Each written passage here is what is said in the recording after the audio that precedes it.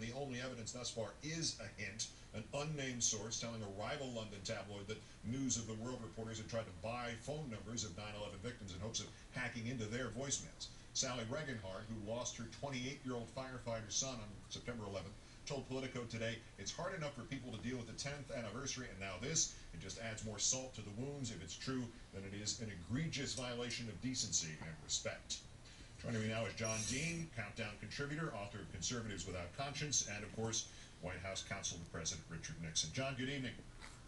Good evening, Keith. They certainly have volume, but do these calls for investigations have any breadth or width to them? Is there anything going on here? Well, given the people who are calling for them, they certainly have some strength to them because these are people who have the ability to actually initiate investigations or put pressure on investigative bodies to look into these things. So I say yes, they do. Where is the most likely success to be found, even if just in terms of success being defined by whether or not there's actually an investigation? Is it criminal or financial or what, or some combination of that?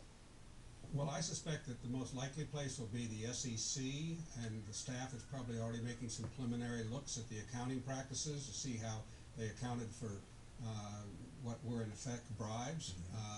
That'll be one place. The Department of Justice may well be looking. They have been very strict in recent years on the Foreign Corrupt Practices Act, where you cannot bribe in a foreign country if you're an American corporation and take advantage of the business you get from that bribe. And they've cracked down on that, and that's a very substantial and troublesome statute for these people, I would think. Those are, to me, the most prominent. The civil suits right now they're facing don't look very serious. They're nothing unusual, but the regulatory and potential criminal investigations are very serious. So the way that this could be prosecuted here, even if there's nothing to the allegation of attempted hacking of 9/11 victims' phones, would be via this process you just described. The idea that an American company was trying to bribe foreign officials. Is that correct? Right. It's actually a post-Watergate law called the Foreign Corrupt Practices Act, which is addressed at this very issue.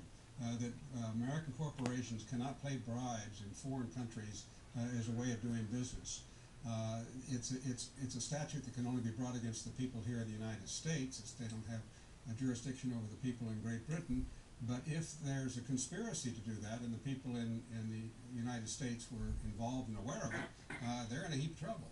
The ritual of politicians in Washington calling for investigations, it's one you know quite well. What does it mean when it suddenly goes bipartisan? The day started with 3 Democrats talking about this, and now Peter King, who's a very conservative Republican, as I pointed out, a frequent guest on Fox News, basically in Murdoch's collection of politicians calling for this. What does that mean just in a symbolic sense?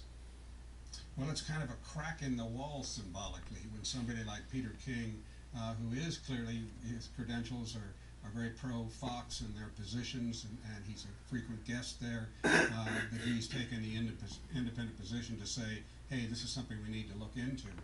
So he sort of signals to his peers, if you will, on the right, that maybe they should be taking that position.